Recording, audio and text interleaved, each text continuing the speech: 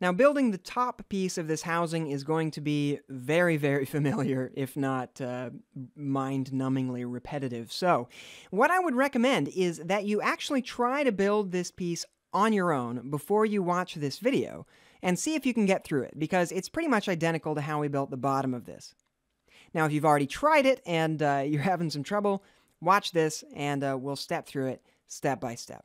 All right, one more time. Let's go to Insert Components, New Part, click on the front plane, cancel the default sketch, hit OK, right-click, and actually let's rename this first. We'll call this the, I don't know, Top Housing.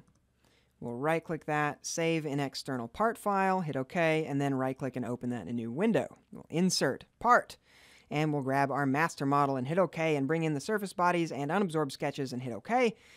And now we're back to where we started. We also, just like before, do not need any of the base pieces here. So let's actually select that one and that one and that one.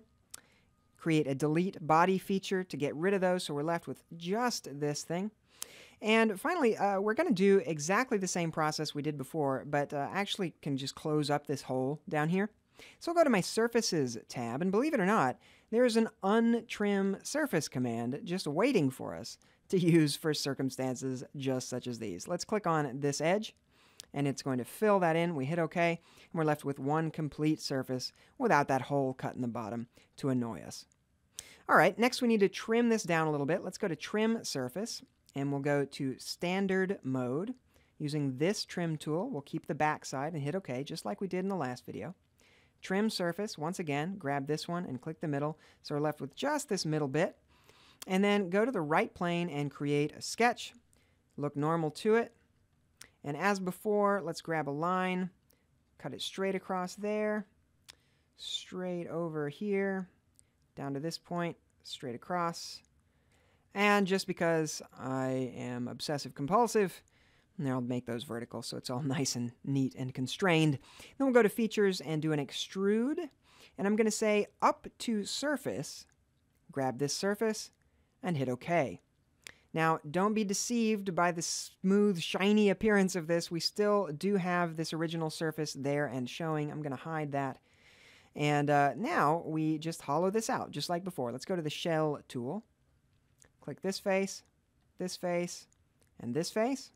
We'll shell that out to 3 millimeters once again. Hit OK. We're left with just that shell. And finally, we need to create that flange surface to cut this apart, right?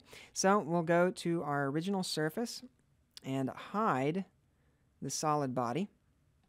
Go to our Surfaces tab, Trim Surface, Standard Mode, use this curve, keep selections, and we're going to click the, well, either one. It actually doesn't matter. I'll grab the bottom one in this case. And then let's go back and hide all those sketches. Let's hide this one. Just get these out of the way visually. Then go to our ruled surface command on the Surfaces tab. Make sure we're going normal to surface. Grab this outside edge. We'll go in by 15 millimeters.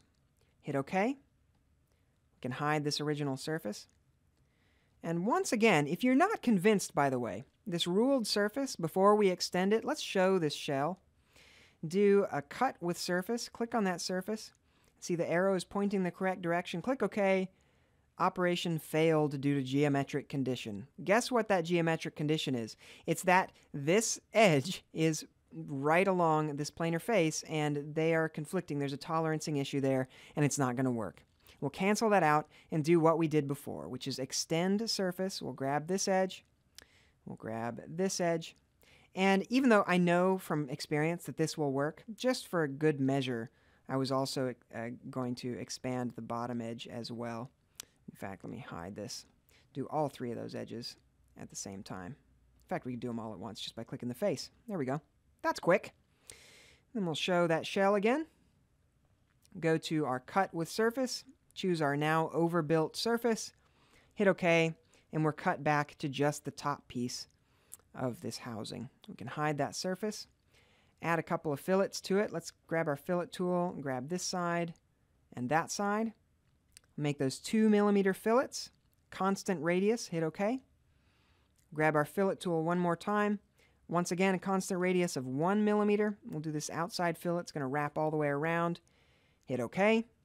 And then we can mirror that across. I'll go to my Features tab, Mirror. We'll go to the right plane. And under Bodies to Mirror, I'll grab that body, make sure we are merging solids, hit OK, and we have a finished housing. Now, clearly, this is, first of all, I should point out, let's close this and hit Save. Now, I'm going to point out to all you engineers out there that are watching this and saying, yeah, that's really cool looking and everything, but you have no idea how you're going to make that, man. I mean, how are you going to manufacture this crazy compound curved thing? And I would say to them, well, actually, you're right. I'm not a mechanical engineer. I work with mechanical engineers who would look at this, say, dude, you're crazy, and then offer me some alternative or some way of bolstering this to make it work or whatever. Okay, so this is, consider this a sketch model for the moment. And as we go, this is a good way of thinking. I'm thinking through this three-dimensional form, and then once I have a better grasp of it, then we'll be able to build in mechanical details that kind of make this actually work in the real world. We hope, anyway. All right, let's move on.